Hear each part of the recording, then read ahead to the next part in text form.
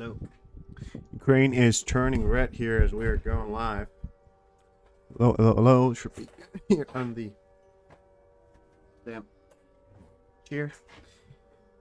There we go. All right. Come on, chat. Come on. There we go.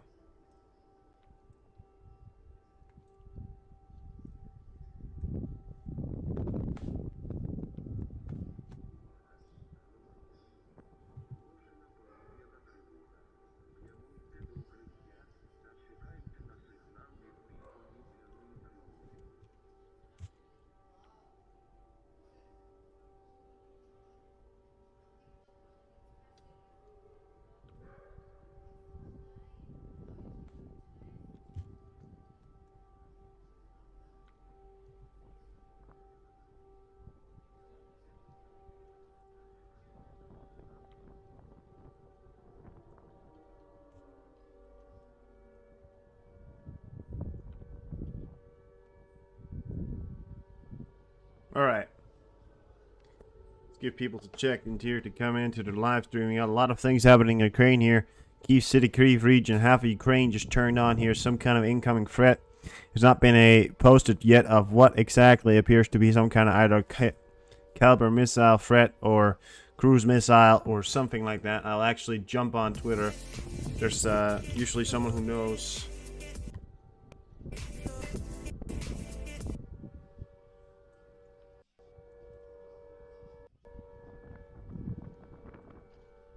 Usually someone who knows on Twitter. We will just jump on here 1 second. Current air map missile to Air Force reported missile threat in Dnipro, Kherson. There is a missile danger in Kirukov. I can't pronounce that. And Zaporizhia. Okay. So nothing really of yet as of no. One of the air defense systems transferred to the EU shut down 192 air targets. Rustam Yurmarov spoke about this in a video message to the defense minister of European Union countries. Fair enough. Nice job. Yeah, so we got a lot of air defense systems. Half of Ukraine is actually what I would call half of Ukraine is on. I think it's literally half of Ukraine. Some kind of missile threat. Not sure exactly what kind of missile threat. Could be a ballistic, could be caliber, likely to be caliber, or some kind of rocket-propelled system. But if it's traveling towards Kyiv, then it certainly has the chance to be something serious there. But yeah, welcome in here. We're gonna go on to some news here that you probably hear wondering about. So a solar superstorm may shut down internet for months, scientists warns. Now I don't know exactly anything more on this right now, and I'm sure I could get more, but this is as far as we know. I have no idea, but nobody has said exactly when this is supposed to come or if it was supposed to come. But I would like to research that. But we have two things I would like to look at here. We have a global volcano alert. Recent reports indicate several volcanoes worldwide on the brink of eruption. Stay vigilant and safe. Now, I'm not someone who goes around here and does all kinds of conspiracy theories and all that stuff. I don't sit here and do that. And, well, I have said before that I have looked at the idea that the world is changing. I mean, that's not a secret, and that's not sounding crazy, you know. The world is changing, and it does appear that things have been happening. Look at the recent event that's been happening around the world. You look at Iceland, you look at in Italy, a volcano just went off. Etna just went off in Italy. There's literally been this massive form of literally like a massive hole that has been created in Iceland here. I actually have the video from it if you want to see it. So in Grindavik, Iceland, this is a real apocalypse. Sinkholes are tearing the city apart. The ground is slipping away from under our feet, and the asphalt is melting from the inside. The Guardian. After almost 1,000 earthquakes, and soil is splitting and heating up from under the Earth's crust, and giant cracks 15 kilometers long have gone along the highways. In some places, hot magma has come to the surface, and seismologists,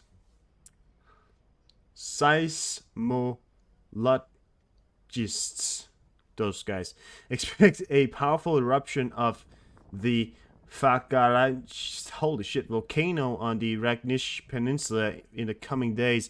So an actual powerful explosion. Well, I say explosion. Really, it's an eruption, right? So it's a volcano. So it's not, you know. But here you have it. This is a crack. This was yesterday, the 13th of November. This is in Iceland. This is not CGI. This is real. There's videos that come out. I showed it yesterday. If you want to see more, and you should go watch my video yesterday. But here you have it. But the funny thing about it, it does come up here in the video, is that it's in the exact same spot. But it's because tectonic plates, of course, has been in the same spot for a very long time. But that's in the 1957. The place looked very differently, obviously. But look at that right there. That's the exact same rift made right there as that's just been made today. Look at that. The exact same area right there. It's the exact same area right there. That right there. Look at that. It's the exact same area. This is actual footage from Iceland. This is insane. Massive eruptions that is expected. I mean, massive volcano. Worldwide alerts has been put out. Not because of this explosion, but because eruption, but because there has been alerts of a possible major escalation on the scale of eruptions. This has you know, Iceland's been shook by thousands of earthquakes throughout the last few days here. Not something that hasn't happened before, but every time it has happened, some consequences happen. But the funny thing about this time is that now something also happened in Italy. Italy has actually received a eruption of its volcano called Etna. I showed videos on that as well. I guess we could search that up real quick. I hope I'm saying it right. I could be wrong. No, yeah. No, I am right on that one.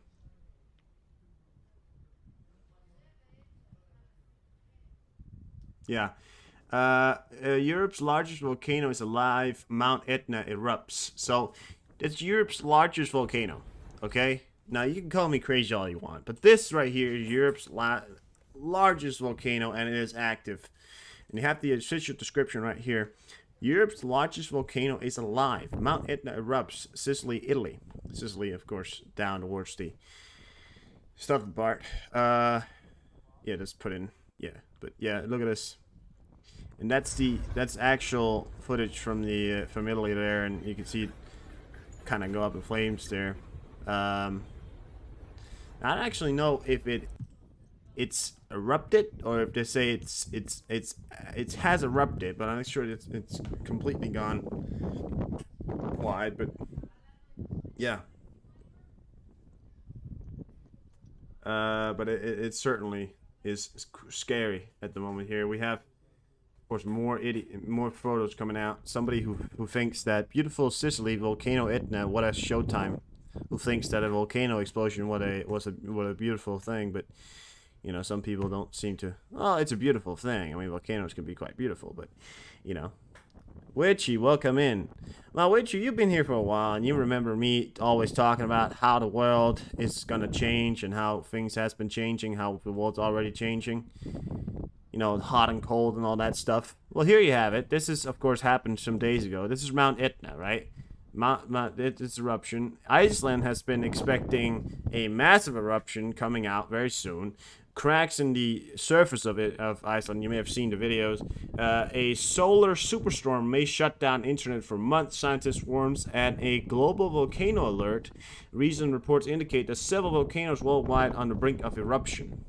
So, what happens, right? What happens if millions of volcanoes go off? Now, there's not millions of them. In the scenario, let's look at it. What happens if so many volcanoes go off? Now, volcanoes have a different. They're different, right? You either have a gas volcano, you have a, you have an open top volcano where you can see into the lava. Some of these, the other ones, especially the ones in Iceland, most of those are the gas volcanoes, which contains the gas inside, and then it erupts sort of when the pressure becomes too high. Now, I'm not a volcano expert, but that's as far as I know, right? Now, these things, they spew out a lot of gases, right? They spew out soot and it goes into the sky. It kind of covers the sky worldwide, right? What happens then? Well, in scenarios, the only scenario that we could put forward to sort of make you understand is if we had a nuclear war, right? The fallout. They continue to talk about the fallout. What happens when you have a fallout? That's a good question because sunlight can't come through such a thick cloud. That's the problem. Sunlight doesn't come through the clouds you have now, but the clouds that you're going to have if volcanoes on a worldwide scale goes off would be catastrophic. It would be very catastrophic, which could mean that we could see areas that I've talked about this before. I said areas that used to be warm could become colder, and that's something that we have to look at.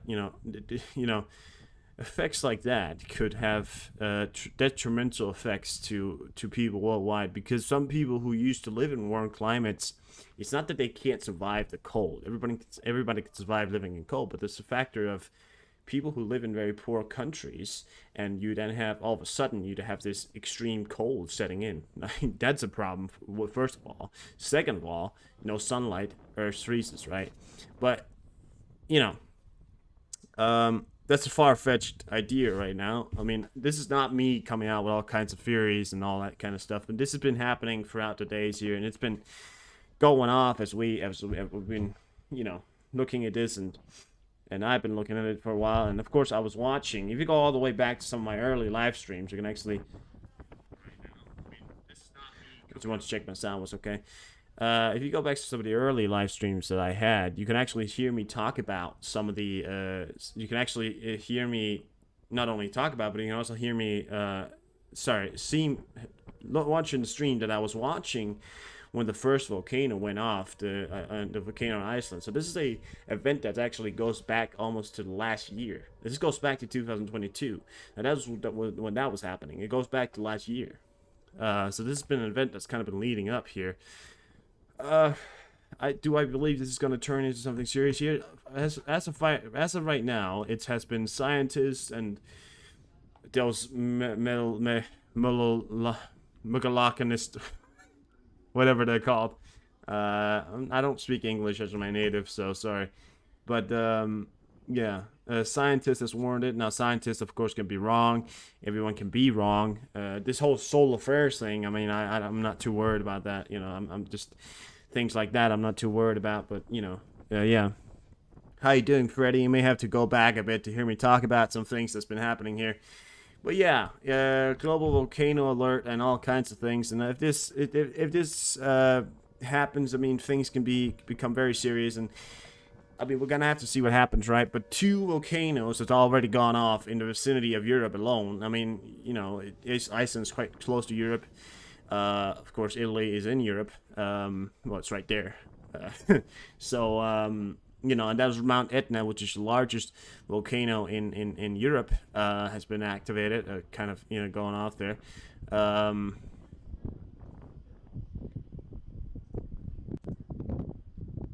This camera is shaking. It's weird. This is actually from southern Israel in real time. So this is actually the Lebanese border here. Wanted to keep an eye on that as well. Of course, developments continue to happen on the Lebanese border as well. But let's get on to some Israel news here, because we'll go on with some of that later on. 47 soldiers have been killed since the ground operations into Gaza began. This come out from Trey Yinks, just came out with an update earlier today, as he stated that 47 soldiers, Israeli soldiers, have been killed since the ground operations into Gaza began. A country called Belize. I actually had to look that up. I never heard about that. What are you trying to say? Yeah, I was trying to. Yeah, I was trying to say volcano. Yeah, volcano. Just whatever. That those guys, right? Those guys. The smart guys. The guys that knows about. I like to call them. You know what I was gonna say? I'm just gonna say volcano scientists. That. Well, that's what they are. Well, volcano experts, right? That's what they are. So yeah, I was. That's what I was referring to there, and some of these people are the people that actually come out with these statesmen here. So I was quite surprised to know that. So I never knew, I hadn't heard a lot about the existence of a country called Belize, but obviously it's here. It's actually surprisingly enough, as I didn't know, it's right next to Mexico, next to Guatemala, but I kind of didn't know. Does it exist? I mean, it doesn't really have a consistent border, does it? I mean, I don't know. I thought it was part of Guatemala. I don't know. But I didn't heard about that one. But apparently, Belize as one thing is all flights are gonna be canceled. Yeah, there's a lot of flight that's going to be canceled. You also want to have to watch out because Iceland, one thing that we actually will be doing when this stream goes towards the end, we'll actually bring up a Iceland live because there has been an expectance of a large volcano. I think it's one of the Iceland's largest. A really large one has been expected to erupt, and that's a serious thing right there. That could definitely suspend air travel in a big time. So that's one thing I want to come out. They've said in the coming days, so it means like from now to the next 2-3 days. It's like so yeah. It is its own country, believe. All right, I never heard about it, but apparently, no matter what it is, its country, Belize has suspended diplomatic ties with Israel. So they've actually suspended all ties with Israel. A lot of the South American countries have done in similar fashion. We have Brazil, and I don't think Brazil has cut it, but I think they were close, or at least in some areas quite close. They were in some areas quite close to cutting it. I think they may have actually. I'm not sure, but they were not friendly to a lot of South American countries have to believe in Palestine and all that stuff. So yeah.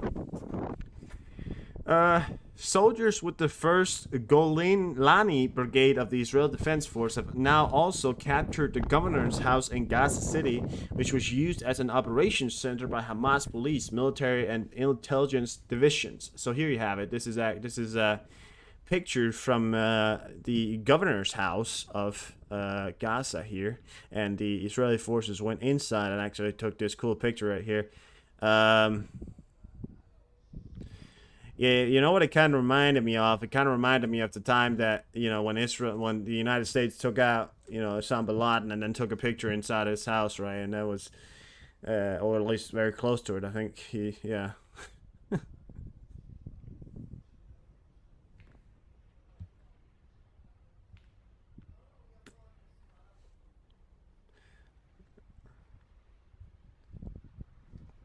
If she let little bits she believes. Oh yeah, right, yeah. Yeah. So, raiding Gaza Shafia Hospital. Israel will likely mobilize special forces to storm Shafia due to its site's sensitivity and expect resistant troops will enter from several directions in pinpoint operations to minimize casualties after initial takeover comes phase 2. So, recently they have begun to talk about the implications of the phase 2. Israel has recently come out with the idea that they're coming and they're going into the phase 2. They've actually said that what they're looking at right now is storming the Sophia Hospital, which is believed to have not only terrorist leaders, but one of those leaders, because apparently Hamas has about 1,000 leaders. And not only that, but they've consistently used it as a operation base, and Israel's thinking about pulling and probably will pull in special forces take out the people that are hiding inside this hospital in a orderly fashion to try and minimize the casualties for the patient staff and trying to help the patients to start conducting normal operations inside of the Sophia Hospital. Incubation tubes. I'll get to that in a second. Actually, I wait for that. But I wanted to give you this right here. So the Sophia Hospital is what all this is going on about right now. We have all these hospitals right next to next to the sea right here. Now all these ones right here is in Israeli control right here, and this is the movement of the Israeli troops throughout the last few days here, from November 2nd to November the 14th. So you can see them kind of moving in. And this is when I talked about that earlier. I said they're probably going to start taking the sea route. They were going to cut off that. I said they're probably going to take this, and then it happened. I said they're probably going to take the sea, or probably going to try and close it off. The reason why I said that wasn't because I'm some genius, even though I am. No.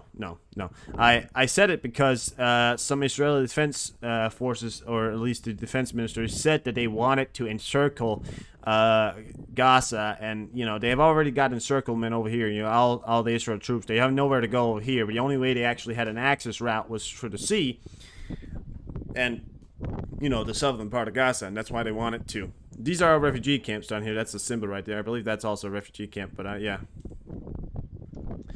But yeah, there you have it, right? And the Shafia Hospital is one of the things that they're talking a lot about right now, and of course, Al Nasir Hospital, which is believed to still not be under control of that, but I believe that the Israeli forces are very close to being in control of most of it. They're probably going to close that little border right there. I don't think there's any conductance of anything really left of Hamas forces to the sea. Hamas is cut off from pretty much anything they need, right, to fight a war. So, do I believe that Hamas can last much longer? No, I think it's going to take a few weeks, maybe a month or something like that, to things to minimize or to go on. But yeah.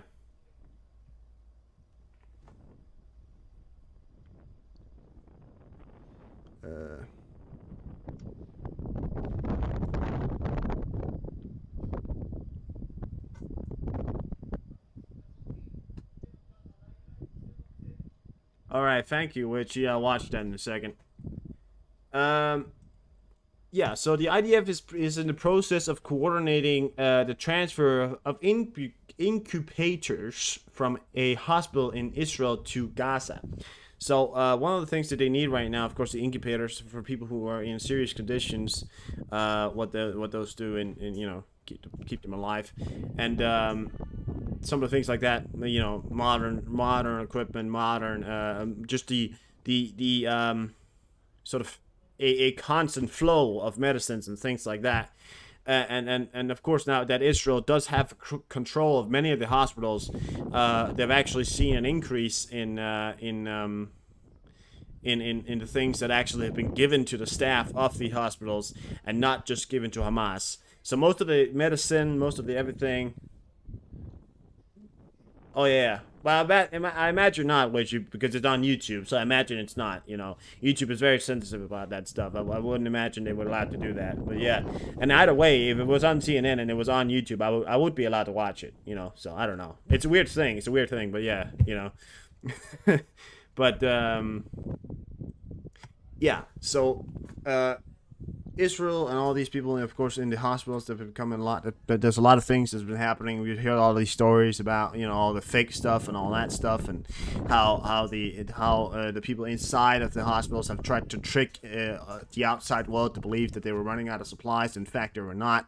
In fact, many of the workers inside the hospitals, and this is proven by a lot of people who, especially the Israeli Defense Forces, have said that they not only have they seen it, but they've heard about it.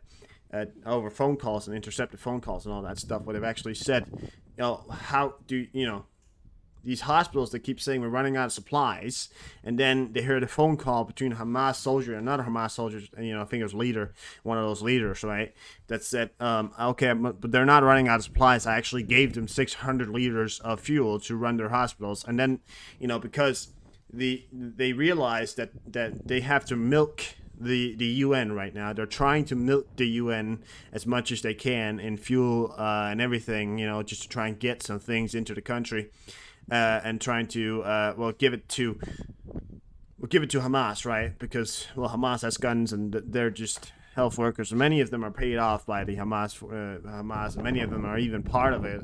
So many of them aren't even doctors. Many of them are simply just actors. You may have seen one guy. He's got like a mustache. He's like a press reporter. One day he's a press reporter. The second day he's in the hospital.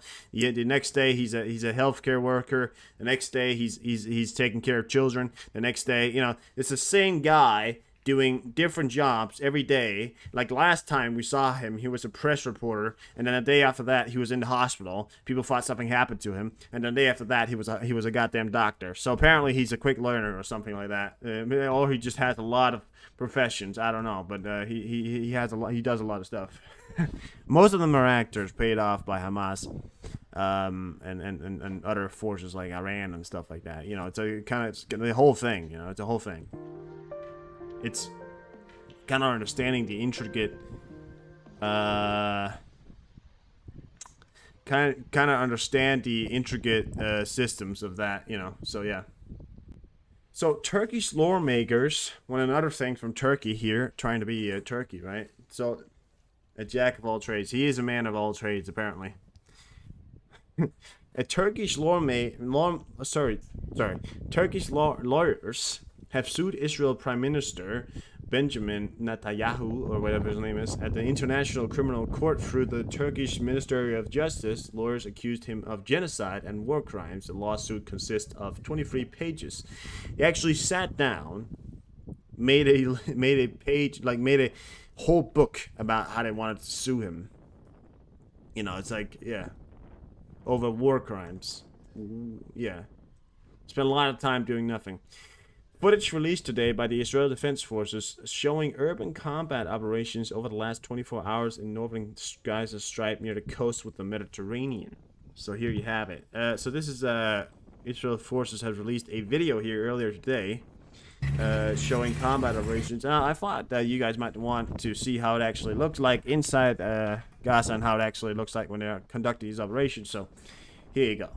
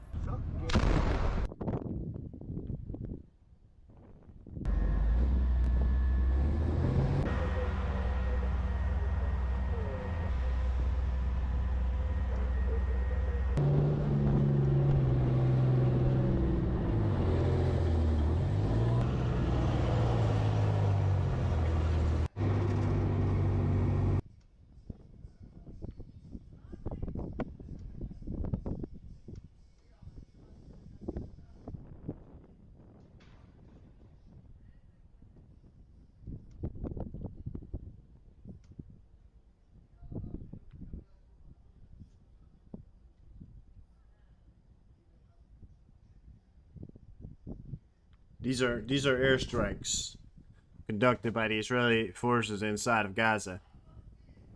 Quite the consistency, I'd imagine.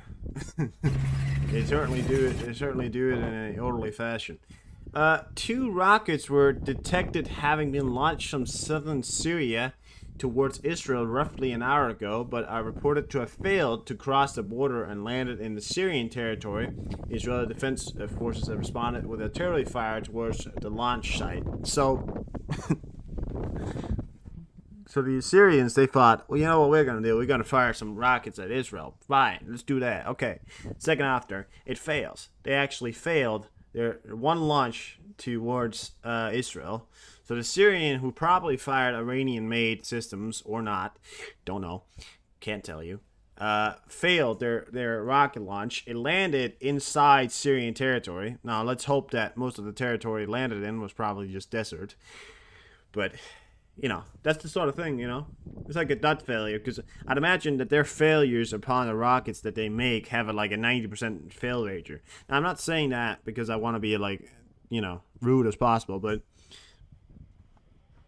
I don't imagine that their rockets actually have a great sort of workingness, you know. I don't imagine they actually work that well compared to, well, Western made, because Western actually have the technologies to make consistently good rockets, because they not only do they have the systems and the equipment to properly do it, they actually know how to do it. Now, they know how to make bombs, they know how to make bombs that work, sure, and they know how to make ballistic missiles that work, sure, but I'm just saying that the fail rate of these things sometimes are much higher than what you'd get if you were to buy from the United States or any kind of European country.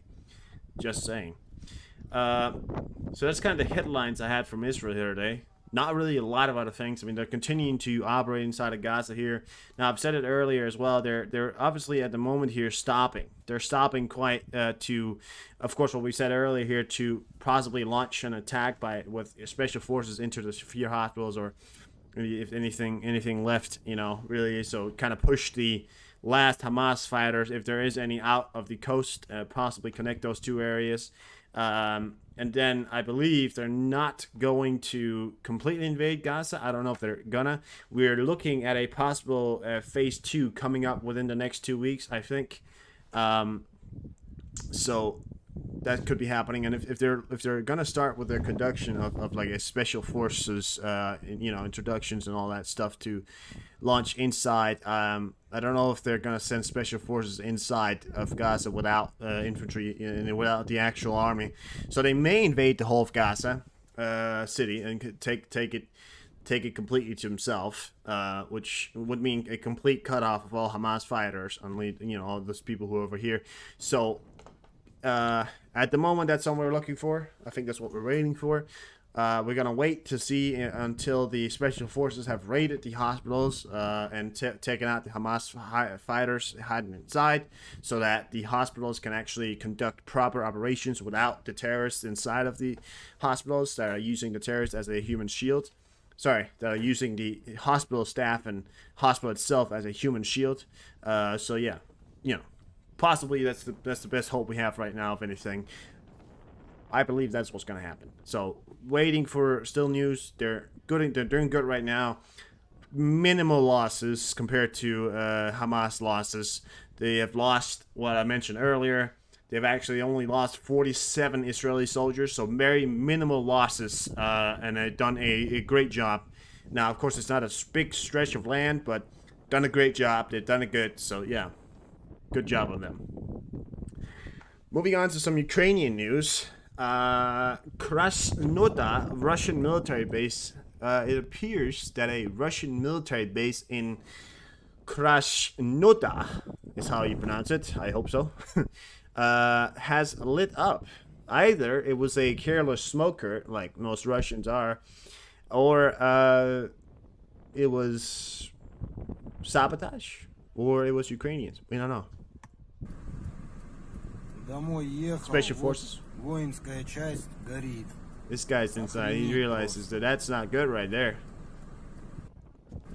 And it was a huge fire. That military base is out. Now, it's not aware exactly what they're using that military base for, but it could be that they're using it for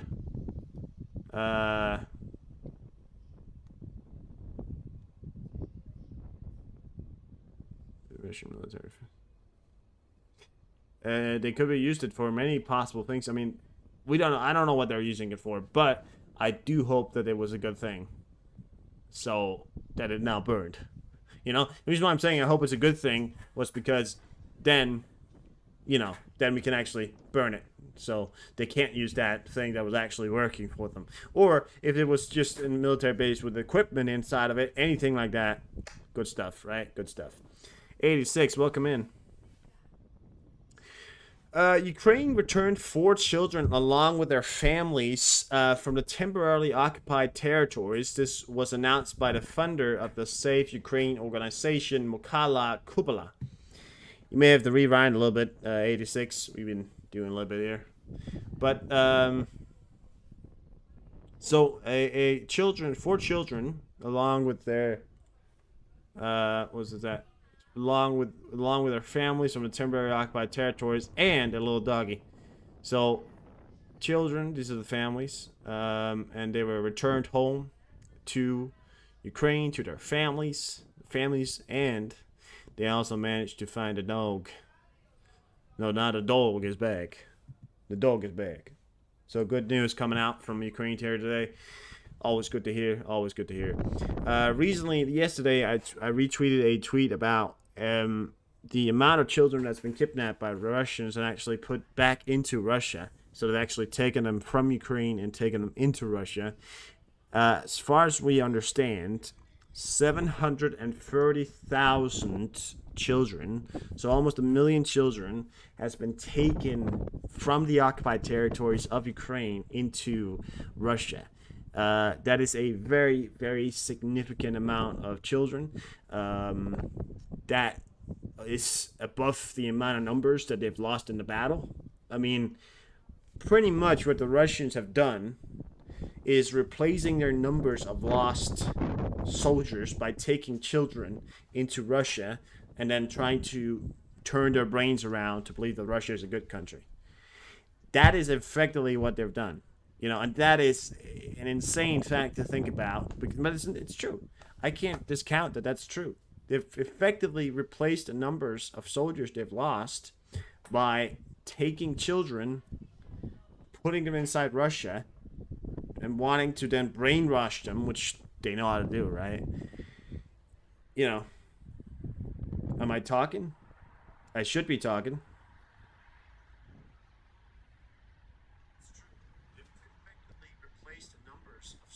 No, I should be talking. Anybody else not hear me? And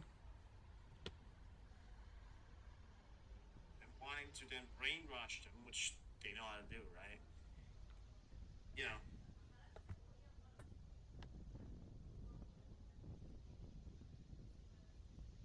Can you guys hear me? You should be. I mean, I hear myself on my stream. I think it's on your end then, Witchy.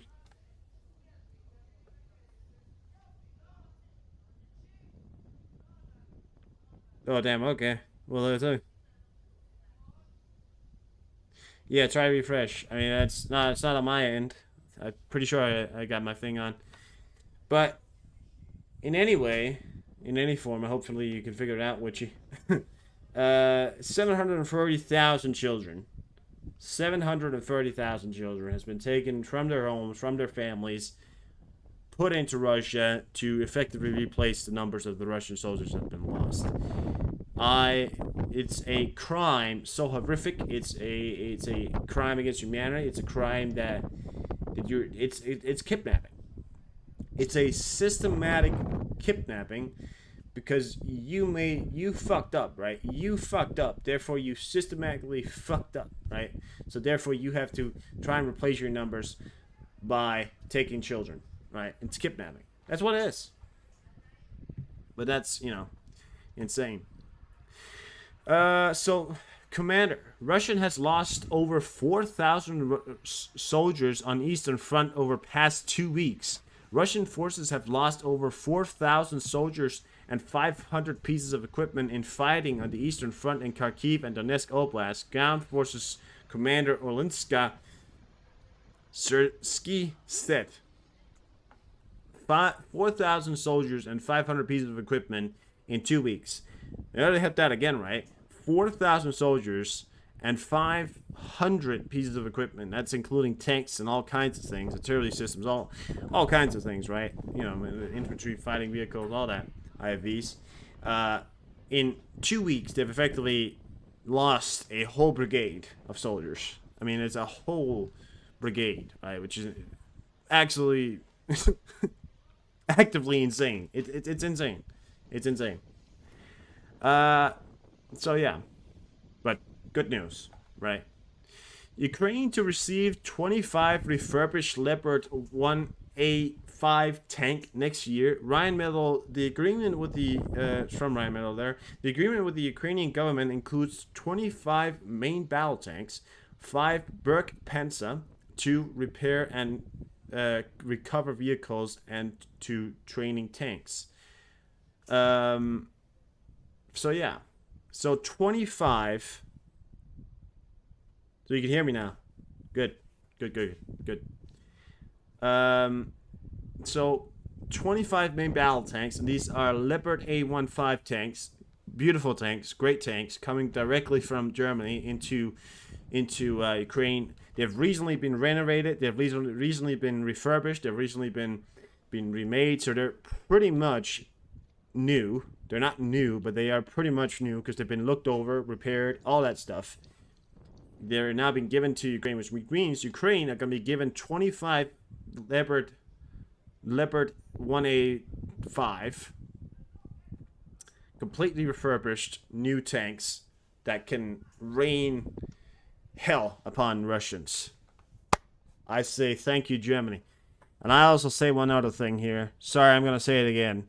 Maybe stop fucking hating on Germany all the time and saying we can win the war with Tires missiles. No, you're not going to win the war if Germany gives you Tires missiles. It's not going to make a difference. People say it's going to make a difference. Yeah, you may be able to hit further inside Russia, but, you know, okay, sure.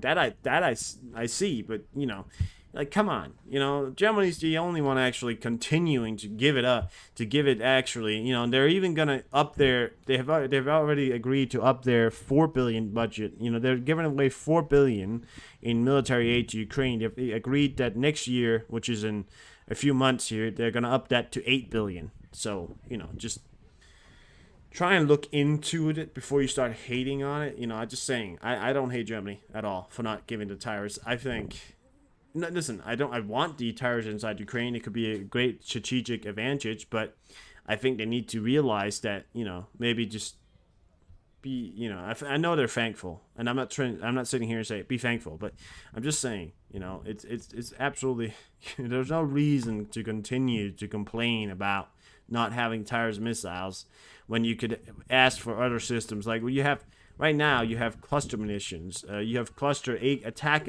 missiles that's been given by the U.S. That's, you know, that right there is a long range system that 300 kilometers of a range. I think these ones only have 150 kilometers, but that could be extended. So I'm just saying. But yeah, M2 Bradley hit by Russian. So an M2 Bradley IFV main, sort of, it's an American infantry fighting vehicle, IFV, named after General Omar Bradley, a prominent U.S. Army officer during World War II. The Bradley was designed to transport infantry and provide direct fire support on the battlefield. Here are some key points about the M2 Bradley, but I'm not gonna go through this right here. I have retweeted this if you want to go watch it. Read it. It's a pretty interesting piece here, but I don't have that much time to read that. Well, I do have time to read that. I'm just gonna too much. But it's an impressive vehicle, thick armor, doable. But any tanks with a thick armor can always either get taken out or have an unlucky day. And this M2 Bradley did in fact have a bad day. It got taken out.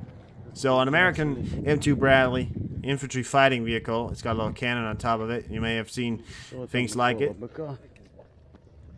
Well, they fire rounds off. You know, they fire up little big rounds right there.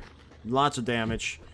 But you know, and they're great vehicles as well. They carry they carry troops and all that stuff. But you know, it's war here, and if, you know, the realization is we have to show this because it happens and it has happened. But I also want to point out something else here, that no matter what you think, the minimized numbers that they have lost. You know, they've lost so little amount of these tanks compared to what the Russians are losing on a daily basis, that losing one M2 Bradley won't make a damn difference, you know? And it's even actually likely that the crew inside the M2 Bradley survives. That's also a likely possibility, but, you know, it's war.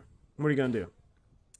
Bodanavo, which is the Ukrainian intelligence chief, met with the former U.S. operations commander McRaven, who planned the elimination of Osama bin Laden.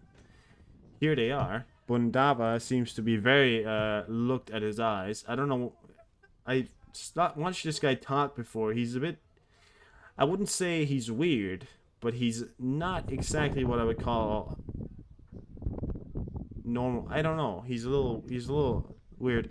I guess it's because he's in war. I mean, you know, you're in war, you get a little weird, but yeah. So this is the Ukrainian intelligence chief. This right here is the former U.S. Special Operations Commander Mac Raven, who's, you know, was who the plan when issued from Osama bin Laden. So these two have had a talk. Now we are not aware exactly what they had to talk about. Now we understand that what they possibly had to talk about was special operations. I could imagine, but other than that, I don't know what they had to talk about. I couldn't tell you because I don't know. So even nature hates the commies, and we showed that before. There was once a sea lion, I think they're called, right, that attacked a Russian boat and actually destroyed their boat. They actually jumped up and poked a hole in their gummy, well, not gummy, plastic, no, whatever, in their boat, right? And and I once said that before, you know, like even the goddamn animals hate the commies. So a Ukrainian boar hunted the Russian DRG on the border with Belarus. There are victims.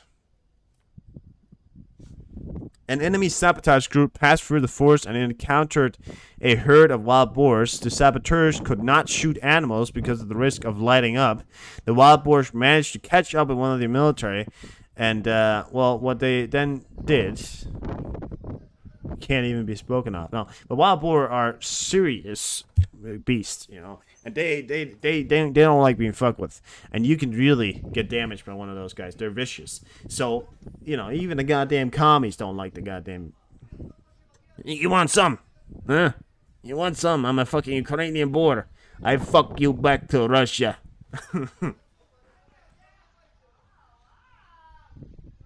But one thing I do find funny, and one thing I've actually talked about before, and the reason why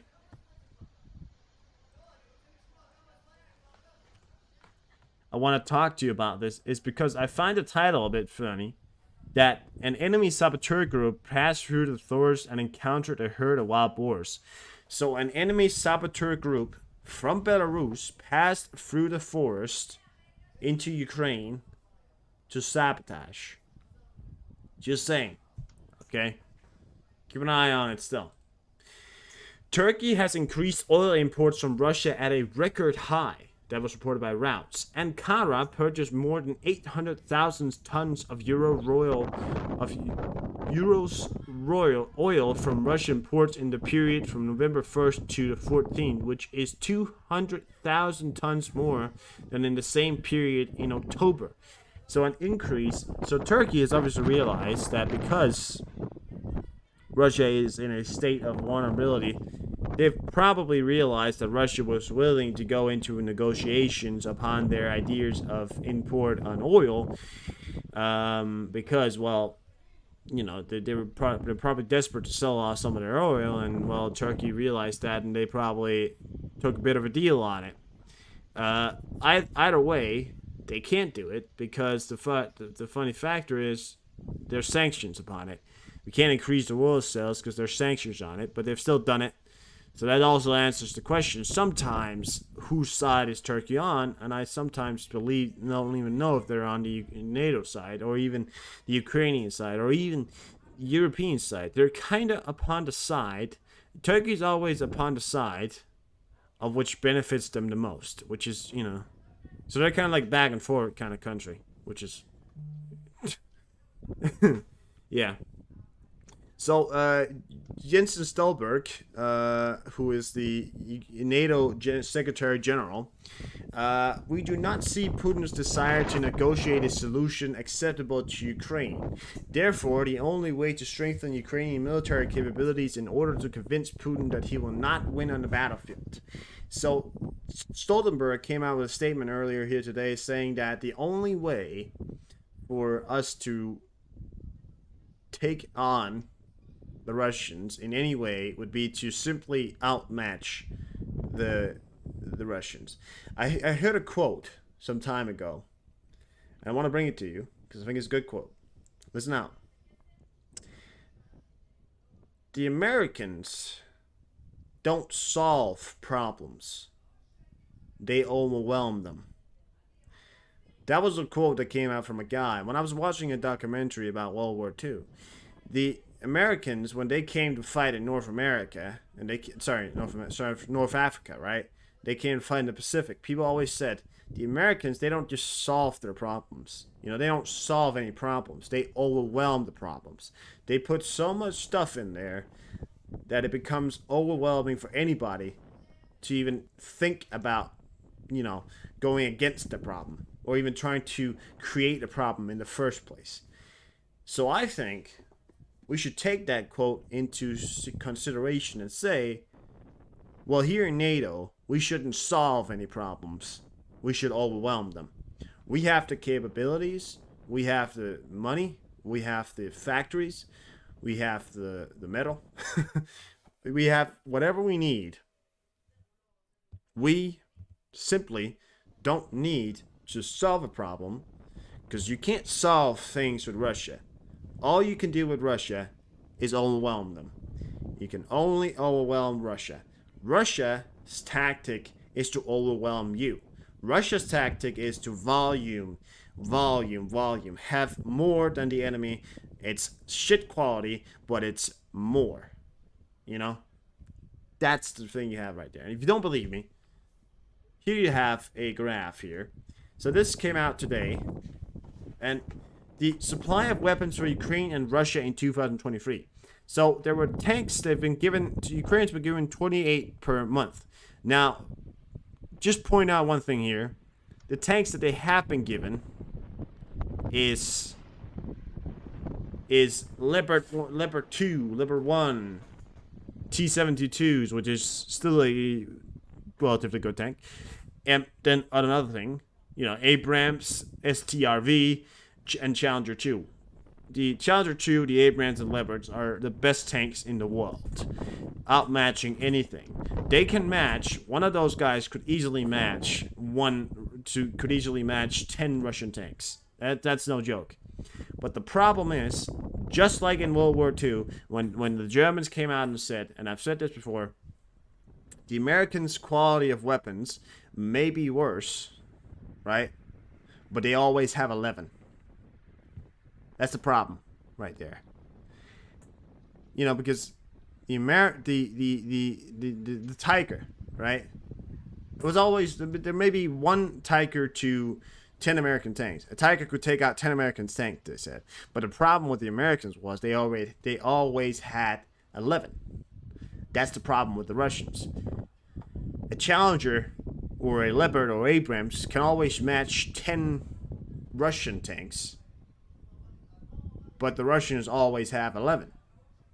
And look at that. Tanks per month. 100 a month. 100. 50 plus. 200 per month. And the outnumbering, which the quality of them is worse, and they're shit quality. Much of it is. Much of it is not new. Many of the tanks that you actually see, and look at the things they've actually been given. They've been given T-55, which is a tank that was produced just after World War II. It was produced in 1945, just after World War II. It's been given T-62s, so there's in 60 tank, T-60 as well, T-60s, T-72 as well, you know, and a T-90, which is their main battle tank, T-90M, right? But all these tanks right here, of any of these tanks that actually relatively could work against any of these tanks, are the T-90. But that one right there is the one that they have a lot of, but it tends to sometimes be in sparse quality. Because the quality of them continues to be worse and worse. And that's the good part. Quality becomes worse and worse. Because you start to move down tank levels. You start to move down towards tanks that was made in 1945. These tanks are not good. Then you can really say, well, then one Abrams tank standing against one T-62, you know, easily wins. An Abrams could easily take out 20 T-62s before going down, right? So that's the good part. However, the Russians will always have a little bit more. And that's the bad part. And that's what they're saying. This is not coming from me trying to be anything else but, you know, good right here. But this is me trying to bring you my honest opinions about what's happening here. And, you know, the SPH... you know, 50 plus IFVs, 100 plus The Germans, again, the Germans have been giving them, they have the Bradleys, which is one we saw before that was destroyed. Americans and all these IFVs ones right here, much better than what the Russians have. Again, down here towards the artillery systems, you have the M109, it's the Caesar, which is the Danish, and I think also the Caesar called the French or something like that, or the Archer. All these ones right here, great artillery systems, less numbers, however, still good numbers. And then, but the problem is, again here, they always are given a bit more, right? The Russians always have a bit more. And here's the bigger problem, right? So these are the ground-based artillery systems that you'll see ground behind vehicles and you're giving out, right? Those guys right there are the ones that, can really matter. But that's the Russians. They have so many of those because you don't really need special computer parts to make those. You can actually just continue to make those, and that's what they have, right?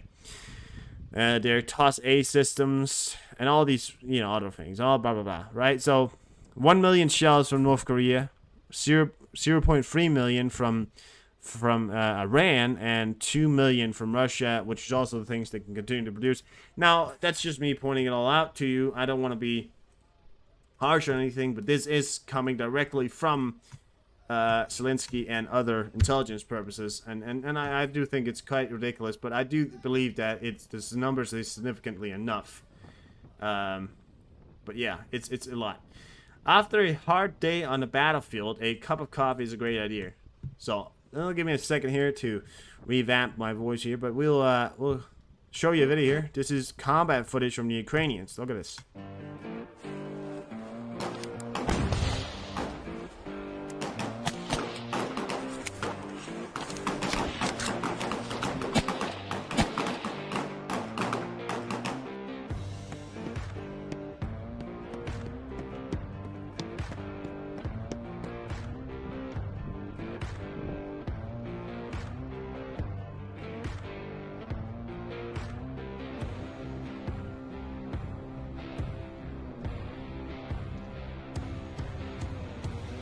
That's cool.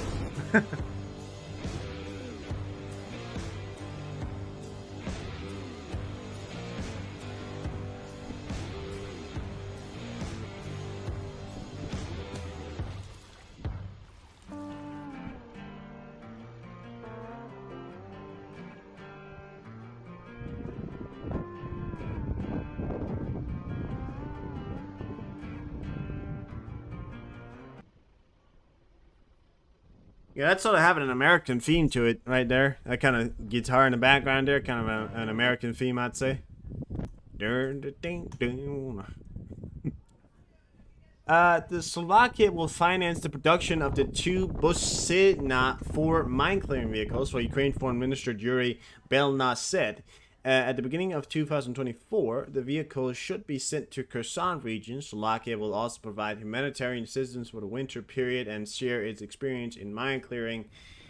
However, one thing that I do have to point out, and this is not from Ukraine, right here, as you can see in the background, this is not taken from Ukraine, but these systems right here are the ones that they were supposed to be given the Busna for mine clearing project. They've been given so many, from the Swiss and all kinds of things. Really great systems. Hopefully these are some things that can also help them out, but have to look at that, but we know they could, right? One thing I do want to point out about Slovakia is that they've recently dropped they're giving things to Ukraine. They've actually dropped it. They may not be given any more things. I think they've taught that. I think I have a quote from it, so I'll get to that in a second here, but yeah. Ukrainian shock drone corrects HIMARS fire on a cluster of enemy with ammunition. So, drone operations in Ukraine is becoming much more significant. Working together with the HIMARS systems, with their cluster munitions from the ATACMS, all kinds of things. So, I wanted to show you this because I thought that you'd like to see some kind of things of how the drone operation works and kind of get it all around. So, here you have it.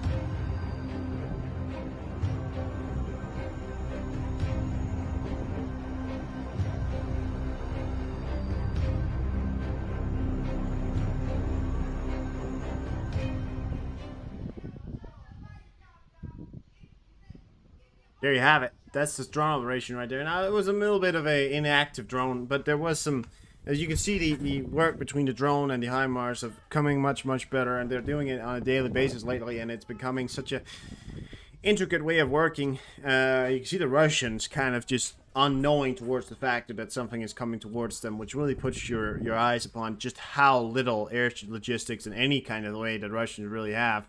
Any kind of warning systems or anything, radar or anything, you know, that most modern warfare, you know, most modern sort of armies would have, in at least in some measures. So, you know, that's the one thing that's becoming so little for the Russians. And the reason why I'm saying that is because producing such air defense systems, producing such radar systems is the things that the Russians really can't.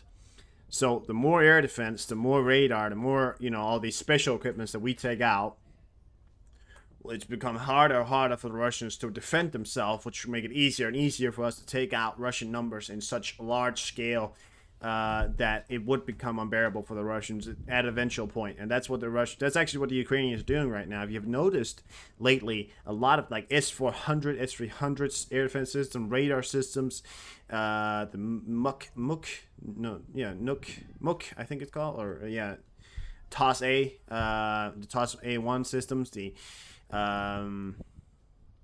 what's that called? So MRS systems, stuff like that.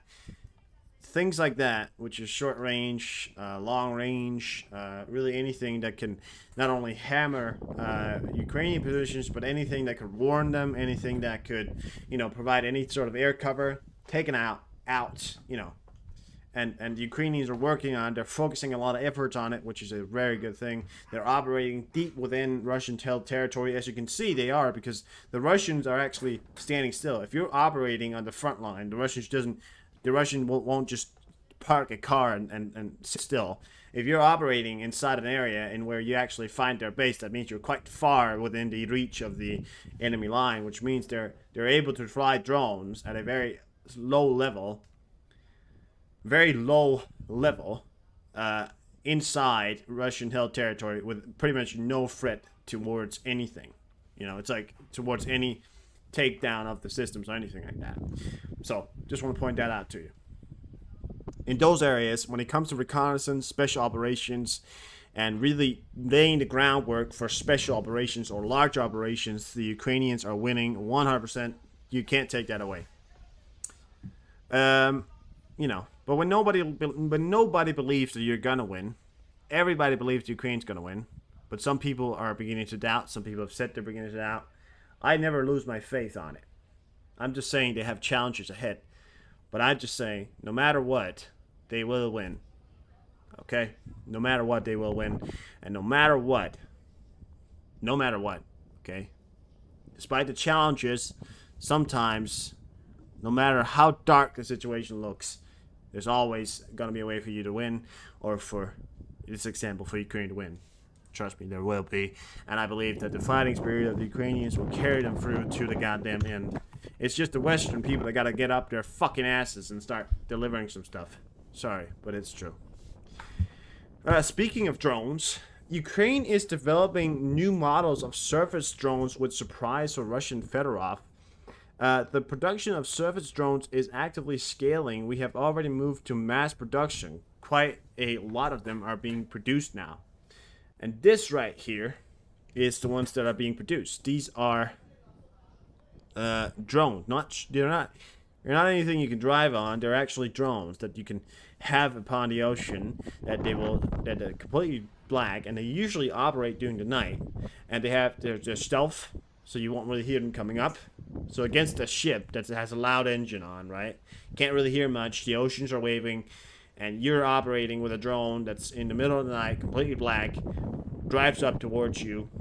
Unless you register on the radar, you won't register it, and they're working with such precision and such great effort that, you know, you see the reason that a navy what was thought to be an equal match to the United States Navy. You know, the Russians were thought to be an equal match to the United States Navy. Has lost 21 ships, or 20 ships. I think it's 21, to To be honest, I'm being honest with you. I think it's 21. It says 20, but I think it's 21. Has, lost 21 ships to a country that doesn't even have a navy. Like, that is that's pretty good to think about when you think about it. Anyways, Guardian. Top German journalist received funds from Russian oligarch close to Putin. Leak reveals. Herbert Spiegel, or something like that. An influential German writer and filmmaker received at least 600,000 euros or $652,000 in secret offshore payments from companies linked to the oligarch close to Russian President Vladimir Putin, The Guardian reported on November 14, citing leaked files.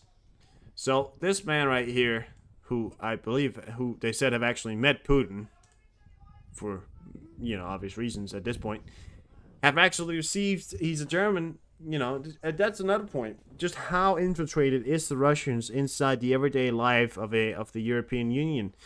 And I believe that the Russians, because they have money and because they have been allowed to have money, are quite influenced inside the European Union. No matter what. Heard one statement from Oh, yeah, so, Jazz, which, yeah. But that was after if they were to be succeeded into, that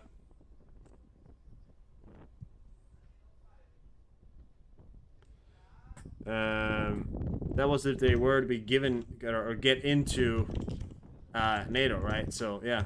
But that's pretty cool, right? So, and those things, the Gripen, the Jazz, the Gripen, and called them Gripen, right? The Jazz Gripen fighter jets. They're quite the jets. Some people think that, F-16s in some ways are, I believe, to be better, but they are on the level of an F-16s, 100%. They're great jets, and they're produced produced by Sweden themselves, which means that production time, and not only production time, but the delivery time could be much less, considering that, Sweden and the U.S., when you think about it, Sweden and the U.S., they're not exactly close, are they?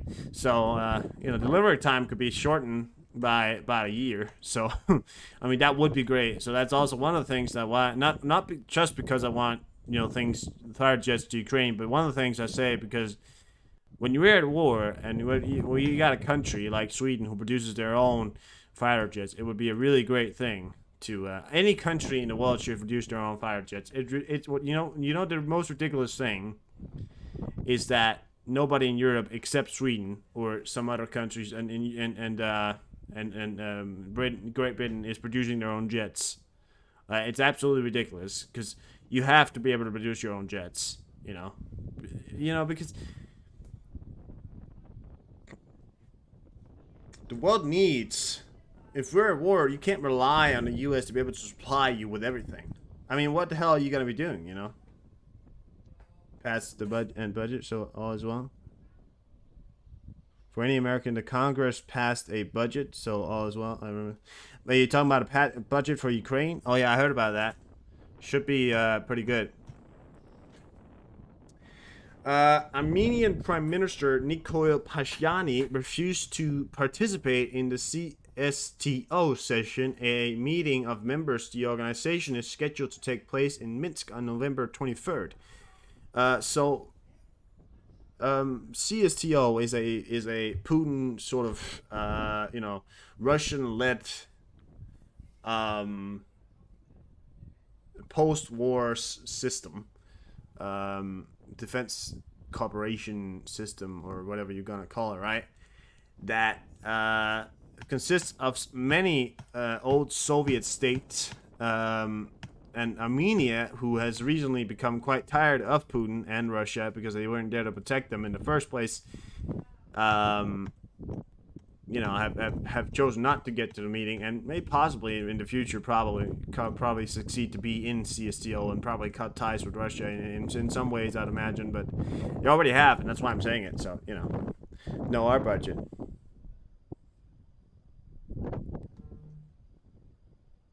Oh, but what was that? What does that mean? Uh,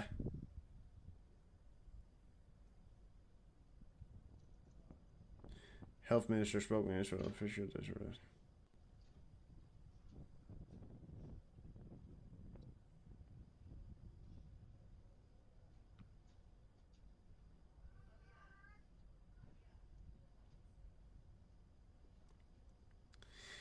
Oh, so they're actually talking about it, conducting the ground operation into the Shafir hospital with ground troops. So not Israel special forces, maybe special forces, we don't know. But ground troops tonight. They're actually saying this reported 6 minutes ago that they're the Al Shafir medical complex tonight. Gaza health authorities are reporting that the Israel Defense Forces have notified them of their intention of ground troops to enter the Al Shafir medical complex tonight, thus allowing the transfer of medical equipment and supplies to the Palestinians who are trapped inside of the hospital for several weeks. Exactly what I mentioned earlier. So yeah, Pat, we have not passed a year budget. It was supposed to be. Oh, so the government is going to continue. Is that what you're saying? So the government won't shut down. Is what you're saying, which is good news. The Ukrainian Defense Force shut down another Su-25 near Adivika, said the spokesman of the United Press Center of Travivia region. This is already the 8th destroyed enemy aircraft in Adivika direction since October 10th. Since October 10th to November 14th, Ukrainians have shut down 8 Su-25s, which is fighter jets. That's a good thing. Oh, so government won't shut down. Well, that's a good thing. That's a good thing. Yeah, I remember a lot of fear for that in a second there, so yeah, that's good. That's good. Russia began to use ballistic missiles more regularly in Ukraine. Since ballistic are not easy targets for air defense, reports the Speaker of the Air Force Command of Ukraine Armed Forces, Yuri Ignat. This goal... Thank you. This goal, it's shooting down ballistic missile, is only for such complex as Patriot SAM-T, the deliver of which we expect from France and Italy. So they don't have it yet, which is, goddamn it. They have Patriot systems, but they don't have that. They don't have enough. I mean, shooting down a ballistic missile is a feat in itself. But, you know, Israel shut one down in space recently, so it won't help. It's done. You can do it easily, apparently. Yeah, here we have it. So Slovakia will no longer transfer weapons from its warehouse to Ukraine. Minister of Defense Robert Kalinkak. We offer Ukraine a fairly wide range of humanitarian, civilian, and technical non-lethal aid, and that will provide and will not provide military aid in the future, he said. So Slovakia has stopped that's something we already kind of knew, but they've officially commented that they were stopping the military aid to Ukraine, which is sad in some ways. I mean, pointing out they weren't really the ones who supplied the most, but they haven't stopped the humanitarian, civilian, technological, non-lethal aid. So mine clearings, all kinds of things. So could still see aid coming in. Very good. Elon Musk is heading to Russia, where he will participate in a conference of artificial intelligence. Elon Musk will be heading to Russia in a conference. I don't know if Putin's going to be there. I don't think so, but he's definitely going to be in Russia. Having talks with Russian oligarchs or company owners about artificial intelligence, which, yeah. Let's hope he doesn't talk anything more than just talk. Let's hope he doesn't agree to anything, right? Greece's largest oil refinery, which supplies fuel for the Pentagon, received oil deposits Western sanctions. Receives Russian oils despite Russian sanctions. I have talked about this for quite some time. The West and the Europe, we are so used to being comfortable or to being, yeah, to being comfortable, right? That we, as soon as things get just a tiny bit hard, is made by Israel. Environment of the hospital. Damn. Well, I didn't hear about that, but all right. I imagine so. Well, the Israel, they are very thorough when it comes down to their operations. So I think it's gonna go successfully. Let's hope. No, but I was saying before, Europe is, they're so used to being comfortable that when things like, just like a few little bad mishaps happens, right? Or a few little, backstepping or anything happens, the European Union will immediately turn their back to anything just to have their oil, just to have their things, just to, have that and that and that. Which means, for countries that are in need of the help of Europe, if it doesn't directly benefit them in the long-term run, they're usually not as actively wanting to do it. So they're more a reason for wanting to support Ukraine because it doesn't benefit them in the long run, which is funny because it does in so many ways. When you look at the idea, it benefits having Ukraine in NATO would benefit Europe in so many ways. And this is not just me trying to be patriotic or some kind of thing, shit, like, economy, economically, safety wise, anything really. Having Ukraine in Europe and in NATO, in the EU and in NATO, would literally suffice to making Europe a much, much safer place in so many ways, which is exactly why you should, fuck off with all this, oh, I don't know, and all that stuff. Washington Post also deliveries to the motor oil Halas plant take place through Turkey over the past 2 years. 5.4 million barrels of oil products arrived at the Turkish oil depot by sea, and 2/3 of them came from Russia. So Turkey again is the one trying to turn people into wanting to like Russia and its oil. Because Turkey, it ain't on our fucking side. They're just on the side that benefits them the most. And selling off oil in high prices or in prices that they can earn money on is beneficial for them. Which is, ridiculous. But yeah, that's how it is. So there's a statement from some Jack Sullivan, I think his name is, or something like that. Each week that passes, our ability to fully fund what we feel is necessary to give Ukraine the tools and capacities it needs to both defend the territory and continue to make advance, that gets harder and harder. So for us, the window is closing. So Sullivan said earlier today, he's the U.S. National Security Advisor, and he said that each week that passes, our ability to fully fund what we feel is necessary to give Ukraine the tools and capabilities, capacities it needs to both defend its territory and continue to make advances, that gets harder and harder. So for each week, it gets harder and harder for Ukraine to continue to defend democracy, and that sounded very patriotic right there, but it's true, and defend the free world, right? And that's apparently, because the U.S. Congress or whoever the hell it is that isn't delivering enough weapons to Ukraine. I believe it's the U.S. Congress who continue to say, why do we have to get involved in European politics all the time? Why can't the Europeans do it? And I'll be honest with you guys, I think they got a point. Now, you may say to me, what are you talking about? No, I'm being honest with you right now. The Europeans are a bunch of lazy, too comfortable a-holes. Denmark, the one country I live in, is one of the biggest ones. Now, we've given away a lot. We've done a lot. But we are not ready to fight a war. If a war was to break out, Denmark would not be able to offer in any way in any significant way of help. Denmark could not defend himself against Russia in any way.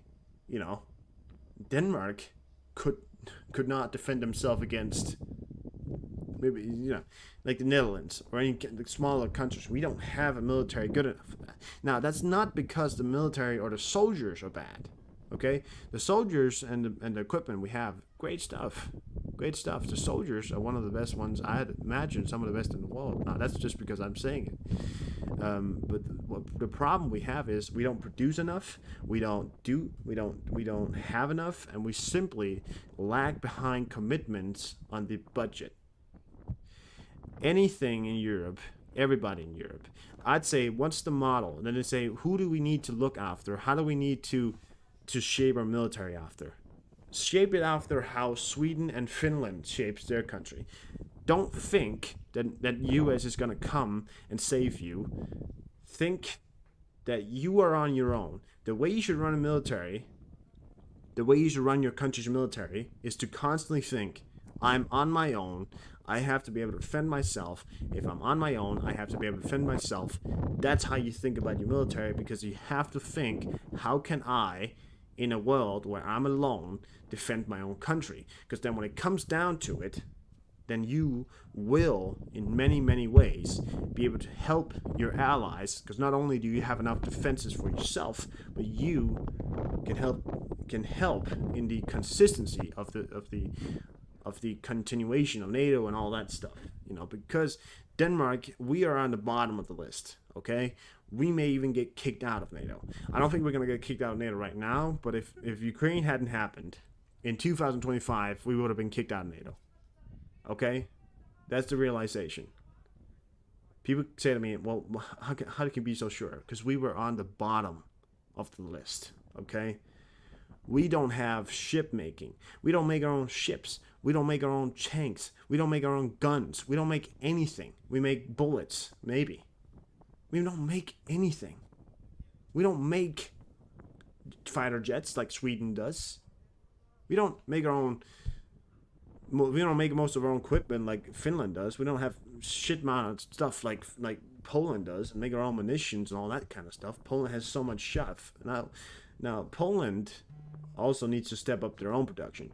The only thing we need to change in Europe is that countries need. Now, we're already doing it. Denmark has just recently picked up its own ship production. However, Denmark needs, and any other European country, Germany is already doing it, and if Germany needed to defend itself, it could. Trust me, it could. Okay? Historically, and even nowadays, it could. Don't get it wrong. Germany could. France could. But yeah, but one ship is not going to be enough. I mean, we have good stuff. And again, I'm not disrespecting the weapons. I'm not saying anything against the weapons. We have good weapons. We have good systems. We have the things that we need. We have things that we need to continue peacekeeping, but we don't have enough, and we don't have the abilities to build it ourselves. Now, we are a small country that don't have large resources. That's understandable. But what we do have is the capability, that what we should have is the capability to build things for ourselves. But we have simply let go of that because we expect the U.S. to build everything for us. But the problem with that is that then the U.S. will have to build so much stuff for everybody who's waiting, right? So we say, oh, well, we just lost all the planes. Well, we need more planes. All right. When the U.S. all of a sudden, they have to produce 2,000 planes because everybody in Europe forgot to have their own jet production, forgot to have their own ship production. If we were to be in war, in full-scale war with everybody, how long do you think the Danish Navy would stand up? It would stand up for weeks. That's it. All ships gone. If we were to go full throttle with all our ships, weeks, gone. We have a small navy, too small. We have to defend Greenland, but we need to ask the U.S. for help for that, right? So we don't have enough ship for that. We don't have enough men for that. Now, granted, we don't have a large population, but we only have 50,000 in our active. We could probably up that to 100,000 if we needed to, but, I'm just saying, God forbid anything, but we need to goddamn step it up, We need to step it up in Europe. We need to be the ones producing planes. We need to be the ones producing the shipments, not buying everything from the U.S. This is just the honest opinion here. And it's not me who's just saying it. It's military experts. Everybody's saying it, okay? Everybody's saying it.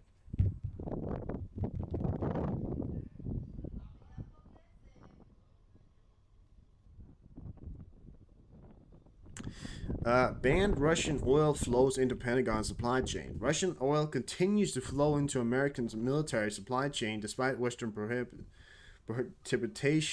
the Washington Post reported on November 14th. Well, that is embarrassing for everybody. We have some U.S. news here. So nearing the end here, but we haven't. U.S. Senate Majority Leader Chuck Schumer says the slogan "From the river to the sea" is a genocidal chant. Now, I wanted to ask some of you guys who were here, what exactly is this slogan, "From the river to the sea"? Is it some kind of... So it says that Schumer says that the slogan... I've never heard that slogan before. But I reckon it's some kind of... What's that? I want to know how that guy looks like. Chuck Schumer. Who's Chuck Schumer? An American senator. Right. What the fuck is that? I've never heard. I've never heard about it. I don't know. I guess so.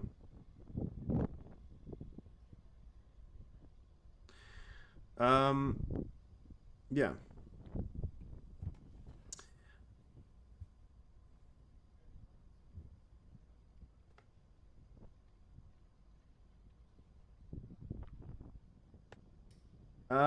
Almost 300,000 people are estimated so far to have showed up for the pro-Israel rally in Washington, D.C.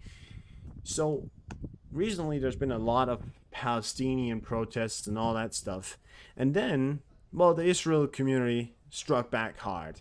300,000. Young don't understand that.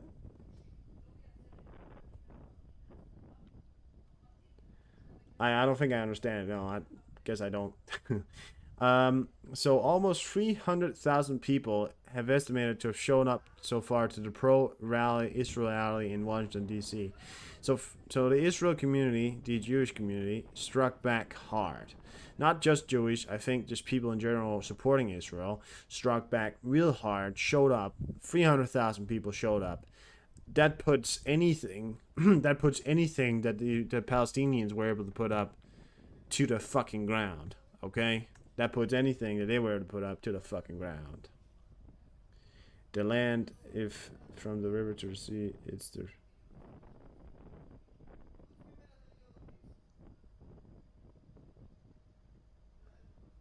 Right. Oh, right. Yeah. So Chuck Schumer thinks that's a genocidal chant. Right. Understandable. I don't know if that's understandable or not, but whatever. So recently, I don't know if you heard, but when you were here, I was talking about how, you know, there's been a lot of activity in the Pacific lately, and plane activity. You have the C-5 coming out right now as well. A lot of civilians up, and there were Blackhawks all over earlier here in South Korea, right? And then I read this today. So they're going to free from the river to the sea. Oh, right. That's Schumer. He is? Alright, well, fair enough. The North Korean state media says that General Missile Bureau successfully conducted static tests of new high-thrust solid fuel motors, the intermediate range ballistic missiles (RMBMS), for the first time on November 11th and November 14th. So, funny thing is, right? You remember I was talking about how there was a lot of air activity lately here in South Korea and all that stuff. So it appears that the North Koreans have successfully conducted static tests of new high-thrust solid fuel motors, which could be what they were checking out what they were doing. They had Black Hawks up. They had, planes all over. They had a river joint up, and they had some Kawasaki. There was a Kawasaki P1. All kinds of. There was some Super Kings up. There were planes heading out and in, and South Korea moved planes from, 2 planes directly from almost near Seoul to this island out here, and things were happening all of a sudden, and I feel like that was kind of what it is. But when we're heading into December, very soon here, and it is expected that the North Koreans are going to conduct some kind of missile test. Now, this is an interesting thing because, well, the South Koreans have already told them not to do that, but if they continue to do that, and if they were to then do that, and something, if it was to go over their airspace, over Japanese airspace or anything like that, well, then they've already said that they may end up shooting it down. So it's a very serious situation anyways, but that, we'll gloss it past for now, and hopefully nothing will happen. Keep an eye on it. I don't have any more news, but we're gonna round it off here, or not round off, but we're gonna watch some flash news here. So yeah, I think we're gonna do that now.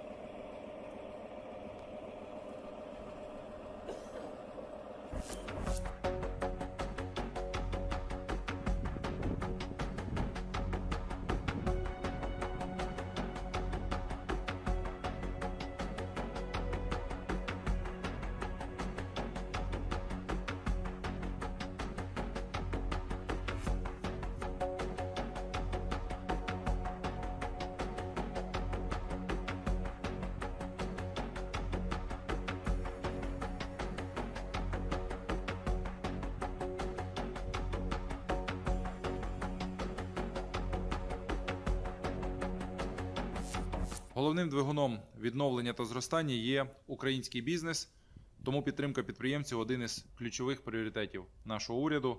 За час повномасштабної війни бізнес отримав 40,8 тисяч пільгових кредитів за програмою 5.7.9 на суму 159,8 мільярдів гривень.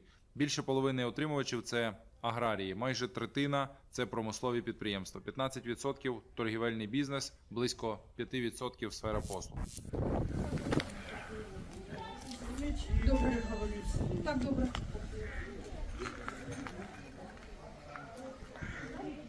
Ну вот, бачите. Это интернет порвать.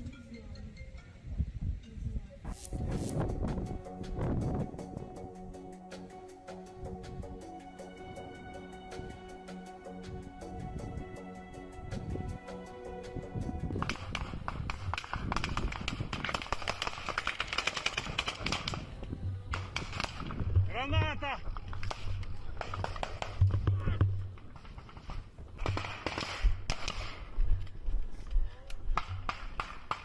Грей!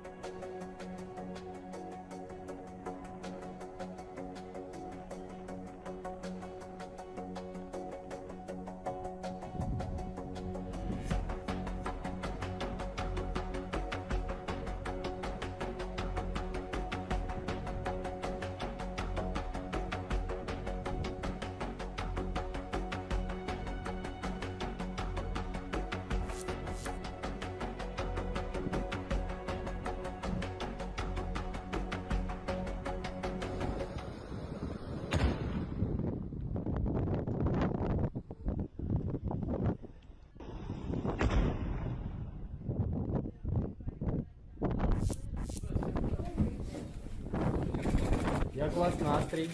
Прекрасный, как видите, не задерживает.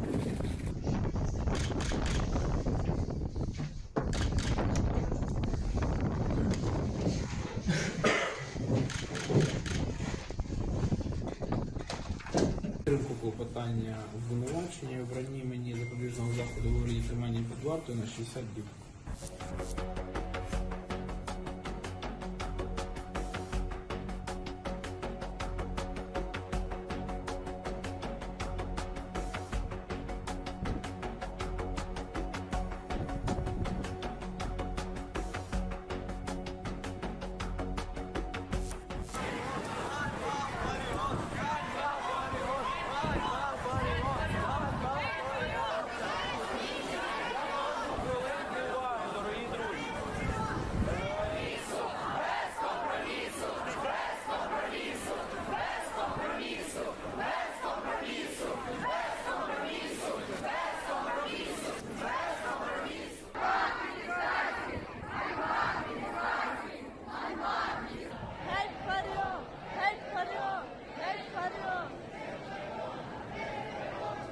Створена робоча група, яка має проаналізувати, вивчити моральні і етичні аспекти ситуації і дати свій висновок. Ми вас почули. Ви прийшли до нас, щоб нам сказати ваше слово. Ми вас почули. Og her er der mulighed for at prøve en masse forskellige grøntsager på mange forskellige måder, og det giver bare en god følelse. Er det god? Umiddelbart ville jeg tænke, det var dyre, men det er det bare ikke. Klik for at prøve de lækre og prisvenlige måltider.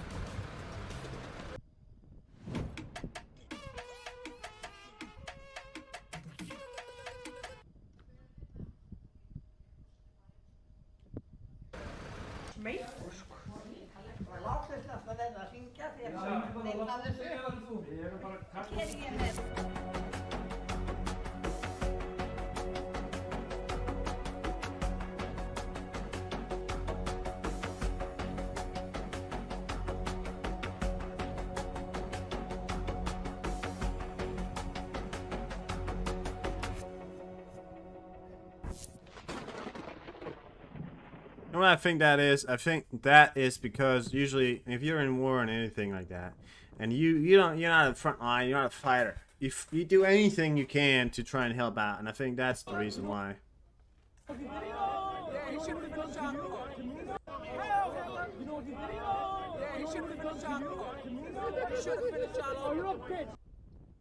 What about, I don't think these people understand who Hitler really was. Listen to this guy. Heil Hitler.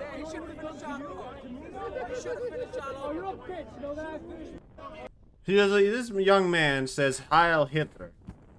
Now, I don't understand. Do I understand Icelandic language? No, I don't understand Icelandic. It's completely different. I don't understand it. Now, this young man, who is a African American, as you can see, says Heil Hitler. Now, if you know anything about Hitler, you'd know why that's a bit,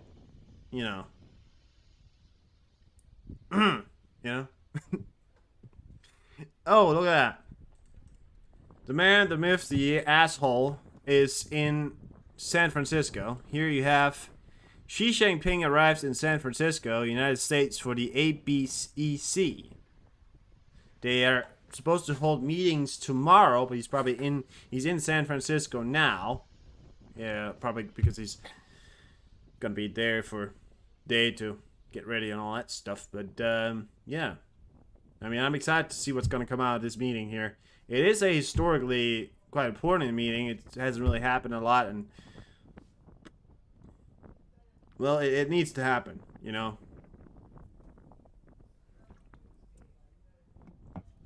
That's a Californian governor right there, isn't it? Yeah. It looks like it. I don't know.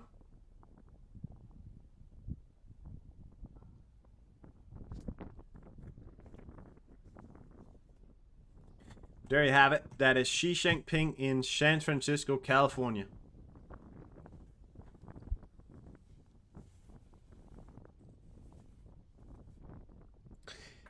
Oh, yeah. Okay.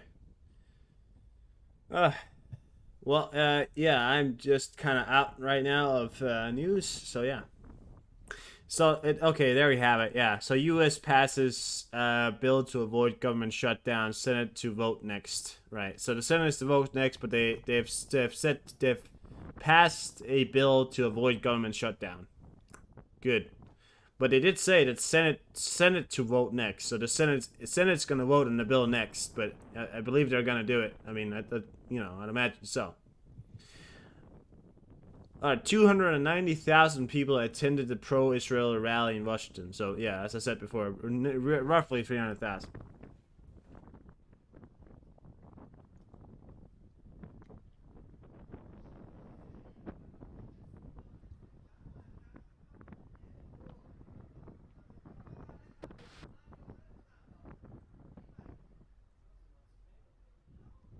And his hands.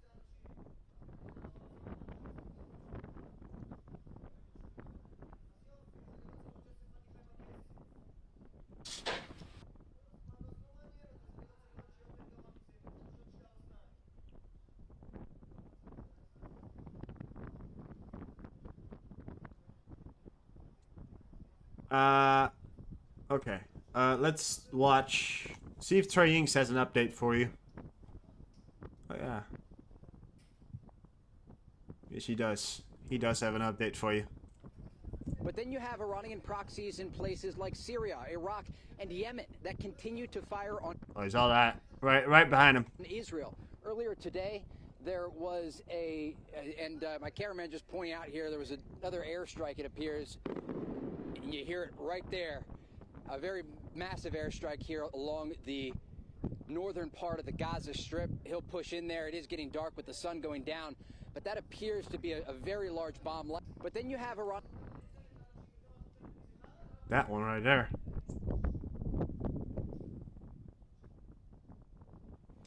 Surgeon Dr. Tom Potaka describes the situation at the European Gaza hospital in Kenya, Kahanyushin.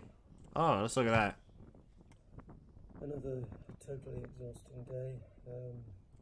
No, I mean, Trey Inks is tough as hell. Half the patients, because we don't have time to see all of them. And then we've been in theatre, done about 5 cases today. The last one, another terrible story. Young man lost all his family, 40% burns, a lot of full thickness with some huge shrapnel wounds in his buttock, in his chest, and his foot. He was already in a state of early shock and septic when we got him on the table, so very difficult for the anaesthetist to decide what sort of anaesthesia. We're caught between a rock and a hard place. If we don't do an operation, then he will die from the sepsis. If we do an operation, he may die from problems with blood loss, with ongoing wound infection, hypertension, etc. There's no blood in the hospital to give him, which is what he needs. So we can just do the best we can, really. Another 4 admissions today, 5 admissions. It's now 6:30, so we're already 10-11 hours into the day. So not sure if we'll get around to being able to see them tomorrow, but today, but we'll have to see them tomorrow. And again, a full list tomorrow. So unfortunately, it's just relentless.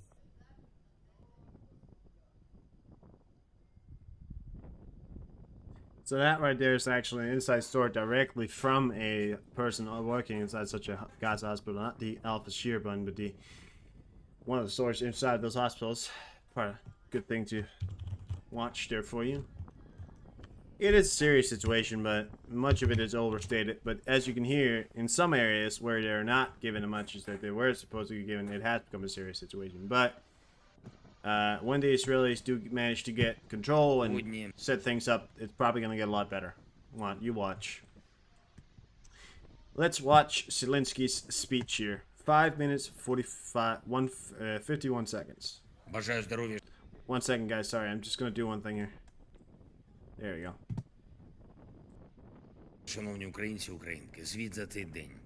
Перше, наші воїни сьогодні на селекторі доповідали розвідка, головком СБУ, міністр оборони загалом ситуацію на фронті, конкретні напрямки, снаряди, техніка, все для фронту. Авдіївка, Куп'янськ, Бахмут, також південні напрямки. Дуже інтенсивні російські штурми і особливо на Донеччині. Ми маємо розуміти, що у Путіна зараз дуже цинічна і конкретна політична мета. І він готовий убити скільки завгодно своїх людей, бо хоче на першу половину грудня показати хоча б якийсь тактичний результат. Тоді, коли планує оголосити про свої вибори. Росія вже втрачає під Авдіївкою і солдатів, і техніку швидше та масштабніше, ніж, зокрема, під Бахмутом. Витримувати цей їхній натиск надзвичайно складно.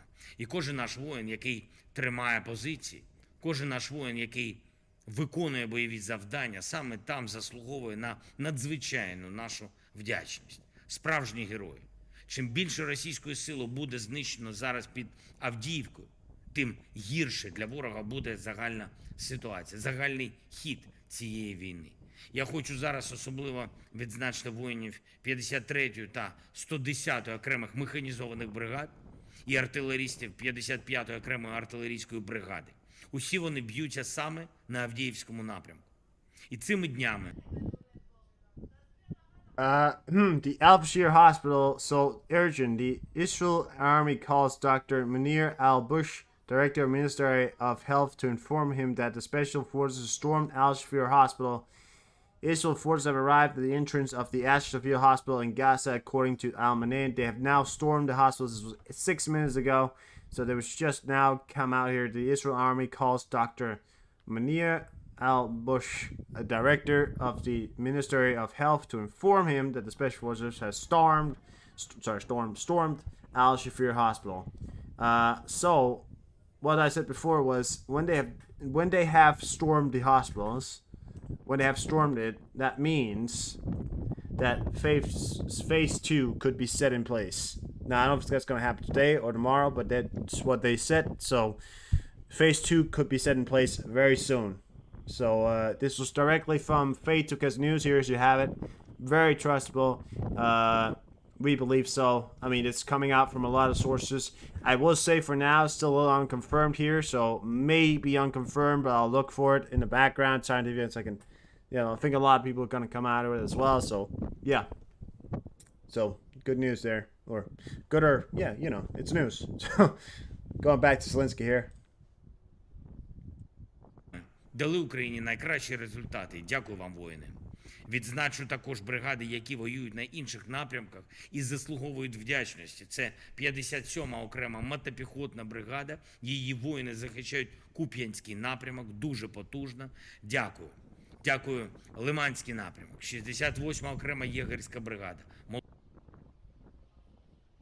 Okay, so someone else just reported on it, and it's not just someone else, it is Trey Inkst here. So senior Hamas officials texted me, in a few minutes the hospital's Al-Shafir will be stormed, according to Israel occupation official notification.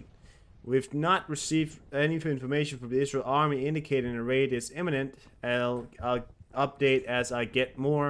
So as I said before, it could be a little bit of, a little bit of like an unsafe or untrue, but some people are saying that they're getting ready to do it. Some say they already have to do it. I think we're at the stage of when they're getting ready to do it. So I get before that Faith Coast may have said that they have done it, or that they, but I believe that they are preparing. A lot of people said that they are at the gates. We don't know if they've actually done it, but Trey Yinkst has just reported on it. So, this doesn't get more serious and more true than that. So keep an eye on that. I'm going to keep an eye on Trey Yinkst here. I'll update as soon as I get more. So keep an eye on that. Молодці хлопці і, звичайно, Бахмутський напрямок, артилеристи 26-ї бригади, 92-га окрема штурмова бригада та 30-та окрема механізована бригада. Я дякую усім вам, воїни. Продовжуємо працювати з нашими партнерами, передусім в Сполучених Штатах, щоб підтримка України зберігалась саме на тому рівні, який потрібен зараз. Я вдячний партнерам за розуміння українських потреб. Цими днями у Вашингтоні українська делегація, перша віце-прем'єр Юлія Свириденко. More people are saying reports that Israel SOF special forces have stormed the Al Shafir hospital in Gaza Strip. Some are saying storm, some are saying they're getting ready to do it. So I'm a little on the fence right now. That was 3 minutes ago. That was different sources. Oints Technical has just stated that they were ready, that they've stormed the Al Shafir hospital. So we're still a bit on the edge here. Still a bit on the edge. Керівник офісу Андрій Єрмак, представники Міністерства юстиції та наших команд, які просувають, зокрема, посилення санкцій проти Росії та використання заморожених активів Росії для підтримки нашої держави. Відбулись вагомі зустрічі держсекретар США та його команда, радники з питань національної безпеки президента США та лідерів Франції, Німеччини, Великобританії, представники громадських сил Америки.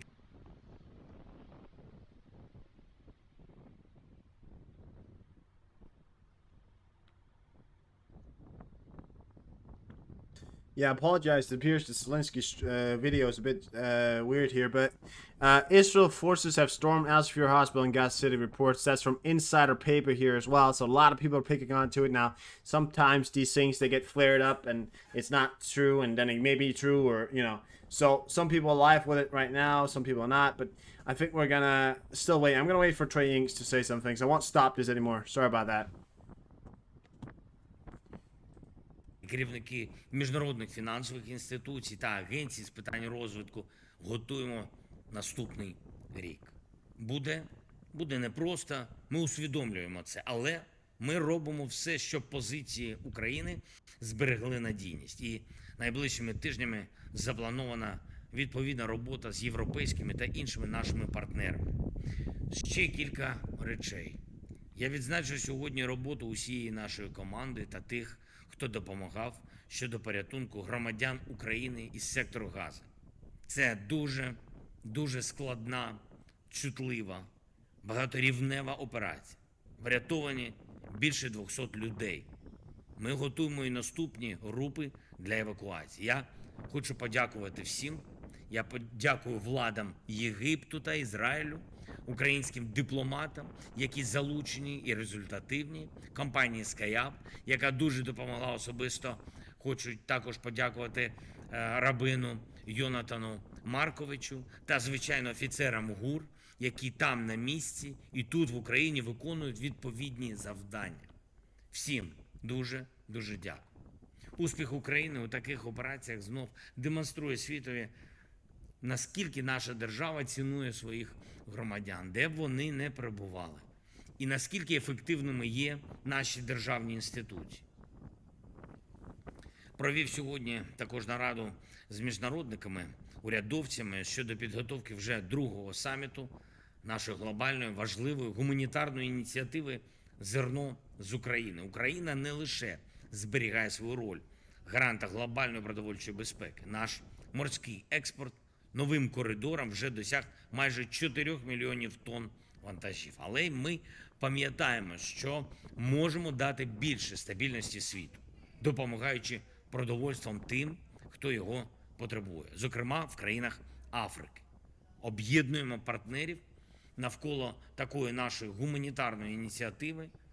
Новини незабаром. І сьогодні ж зустрівся з журналістами з країн Африки, великою групою, 11 країн континенту, різні частини Африки, провідні медійники. Я дякую за увагу до України і вірю, що у захисті від агресії, у захисті міжнародного права світова більшість завжди буде з України.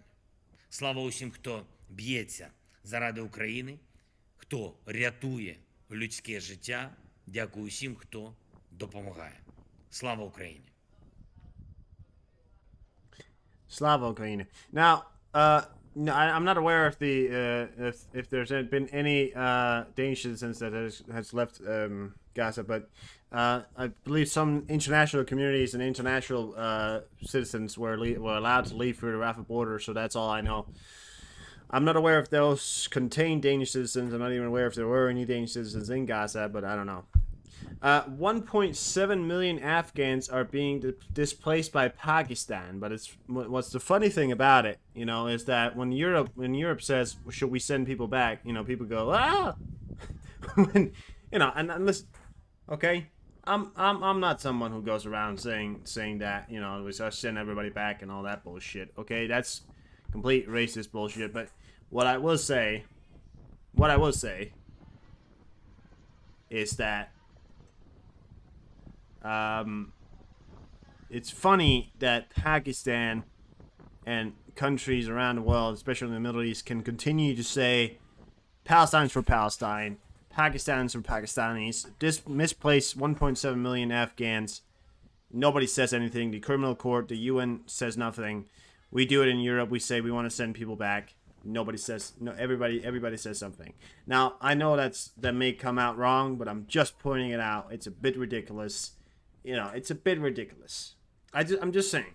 I think it is, but you know, and that's of course not nowadays because you'll get canceled. All kinds of bullshit if you say that stuff. But you know, whatever. The administration of Al-Shafir hospitals in Gaza, the Israel occupations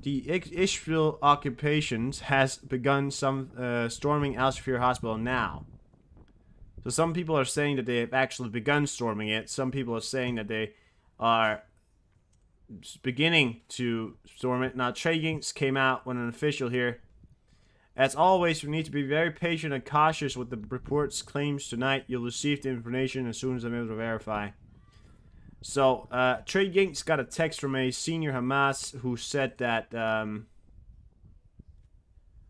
okay, so we have directly here from Israel Defense Force, that's linked to the Israel government right here.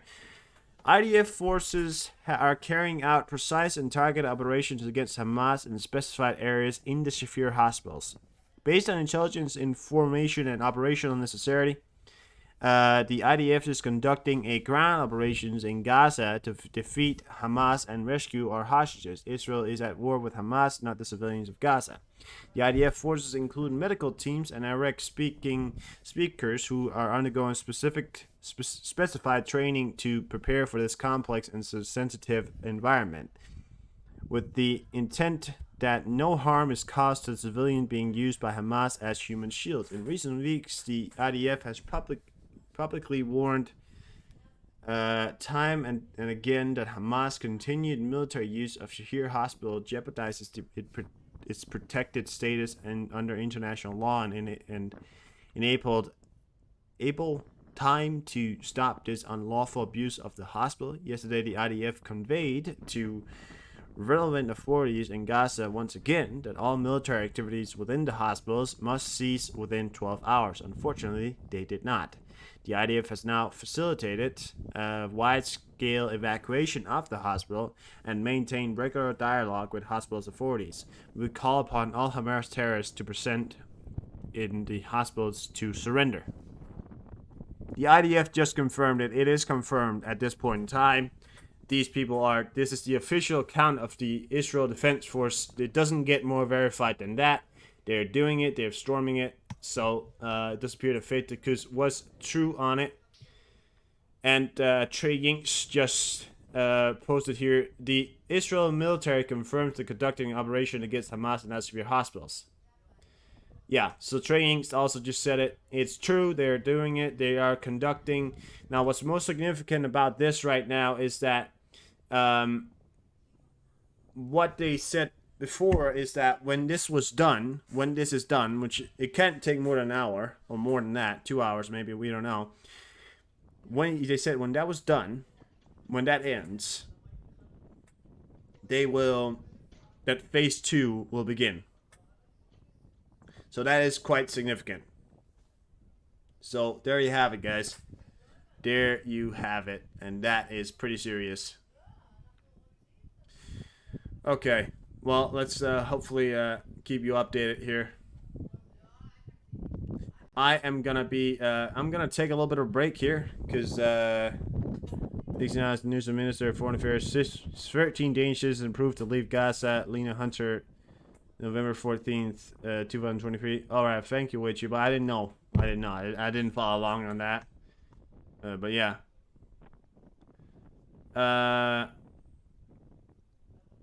Al Madin reports Israel airstrikes in the vicinity of Shahir hospitals and clashes at the hospital's entrance. Yeah.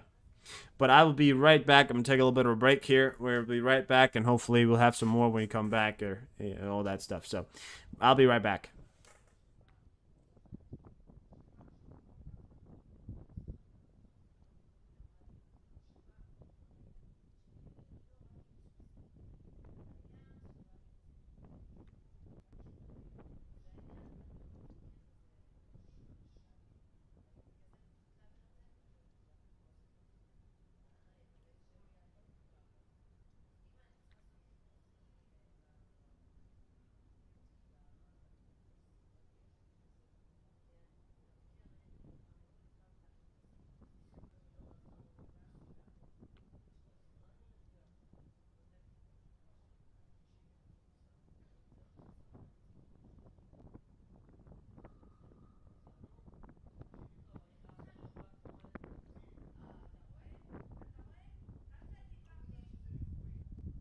This is the biggest target we've uncovered since Bin Laden.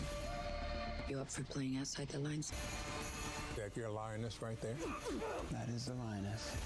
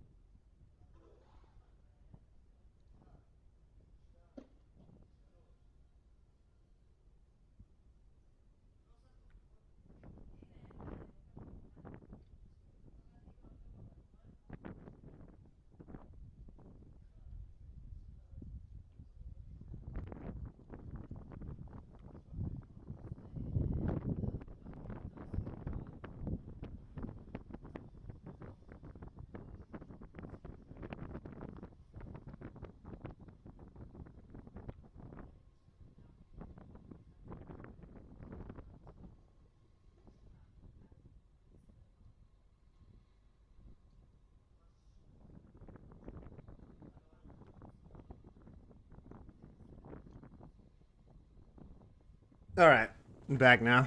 Sorry about that. I had to stand up for a second. Yeah.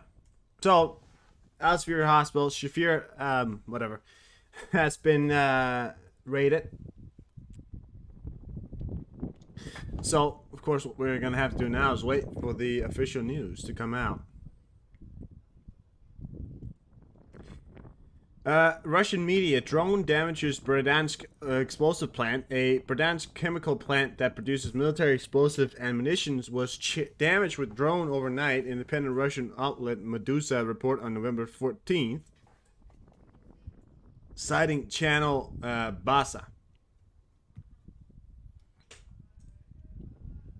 Damn.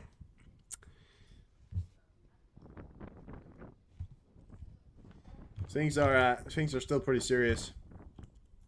But phase 2 of the so-called Israel-Gaza war here, or Hamas war, could be coming out soon. But sounds like you're talking about a movie. Like, it's coming out.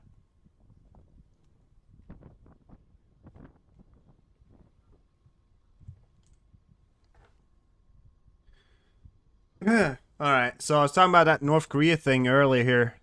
So North Korea state media releases first images of solid fuel RBM engine tests, showing the tests they took place at the horizontal engine test stand built last year on Shura satellite launching ground. Spring indicated the baby food and other supplies for the to care for the babies. Yeah, I talked about that earlier as well with you, but yeah, that's exactly what they're doing. So these are images from North Korea showing the North Korean conducting a static test, which is a test where you test an engine that is mounted, onto a thing, and then you fire the engine to see how it works. That's the definition of it, isn't it? So, yeah.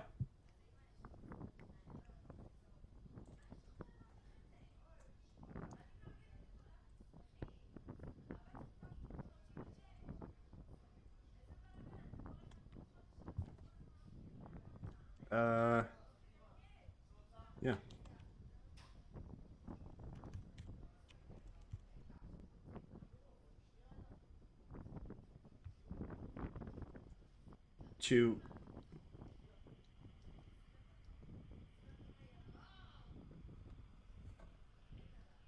To biker in my face?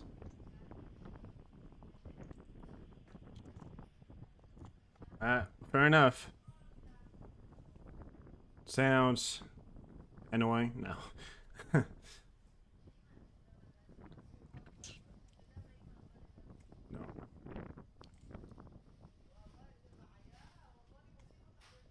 Hmm.